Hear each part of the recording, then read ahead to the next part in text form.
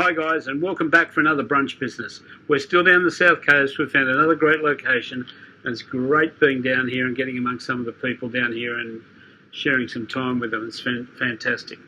And Yoli's been writing down notes again about questions and the questions that you want me to talk about. No, we've been discussing on how a leader can get their people to achieve results or motivate them to achieve positive results. Yeah.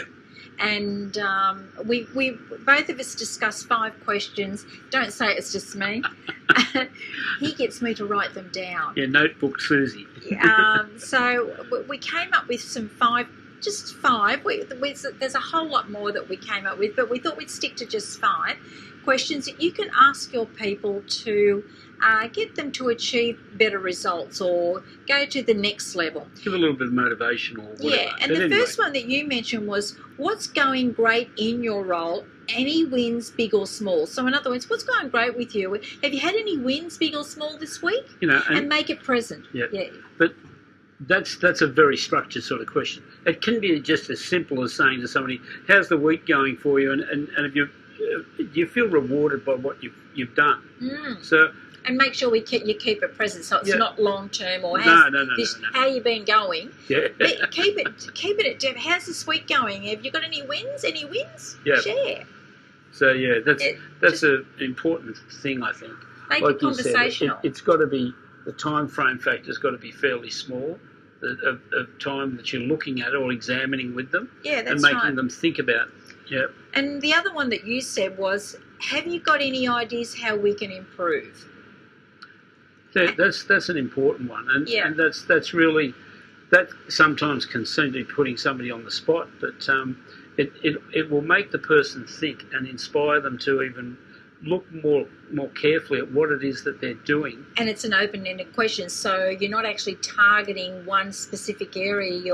You're asking them how we can improve. Yeah. So it gives them an opportunity to go into their mind and say, right, are you talking about such and such? Well, anything. So get them to open up. Is there anything that you think that we can improve on? Don't you think? Oh, most definitely. Yeah. And it gives the person an opportunity to put forward maybe some ideas that they've had that they've been holding back on. Because very often people will think that this status quo that they're working in, that's what my leader wants. That's what the company wants. How dare I even step forward or take the risk of expressing something like that? Yeah, but exactly. You're asking that question. You're giving them the opportunity to maybe repair something in the industry. And I think then you could take it to the next level and ask them, what are our customers saying? Yeah.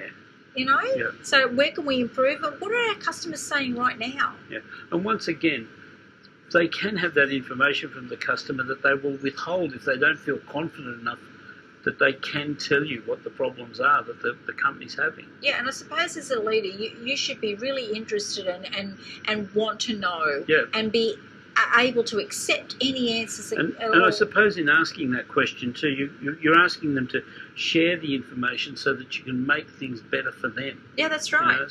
And here's expressing that to them, I think, would be an important thing. Yeah, absolutely. What's some great contribution made by other team members? Look, I wrote it down like that, but what have you noticed about others what is there any who in the team actually inspires you? Yeah, or has done something great this week? Who is it that you really like working with and why? Yeah. Who did something great this week that you happen to notice? Yeah.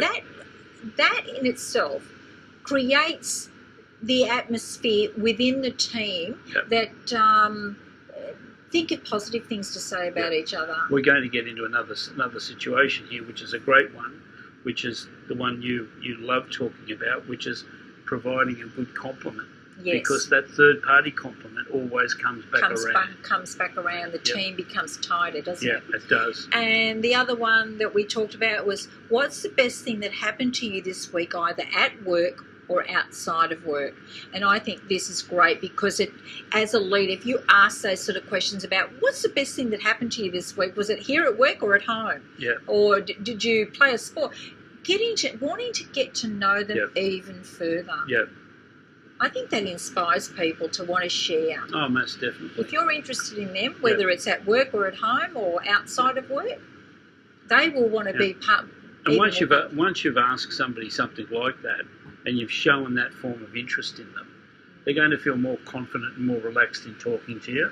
And Absolutely. it then gets down to the stage that every week your relationship with them is going to change. So true, Gary. To a greater depth, where they're going to say to you, "What are you getting up to for the weekend?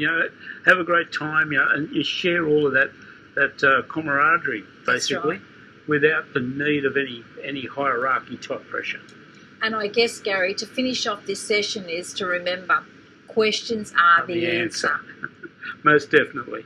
It's always the truth. Ask questions and you'll find out everything that you need to know. The amazing things you'll find just by asking a question. Yep. And sometimes people are afraid to do that. Anyway, that's the end of Brunch Business for this week. We're going for a beach walk in a minute, so you keep smiling and we'll see you again soon. Bye, guys.